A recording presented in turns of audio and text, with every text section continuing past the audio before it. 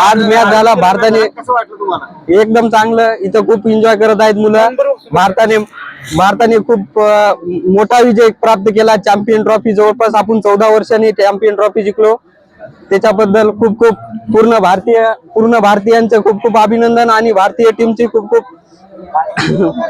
अभिनंदन. काय सांगाल, आज भारत चॅम्पियन ट्रॉफी जिंकलेला आहे, कसं वाटतं आपल्याला, काय वाटतं आम्हाला? मॅच सुरुवातीला न्यूझीलंडने 252 रन बनवले होते, तर असं वाटत होतं की थोडी मॅच हातातून गेली. पण रोहित शर्माने 76 रनाची पाळी खेळून आणि हार्दिक पांड्याने यांनी थोडं मॅचला वरून आणलं व शेवटच्या टप्प्यात बी असं वाटत होतं की मॅच हातामधून जाईल, पण मॅच आली हातामध्ये. तसेच आम्ही इंडिया जिंकली म्हणून इथं डान्स केला.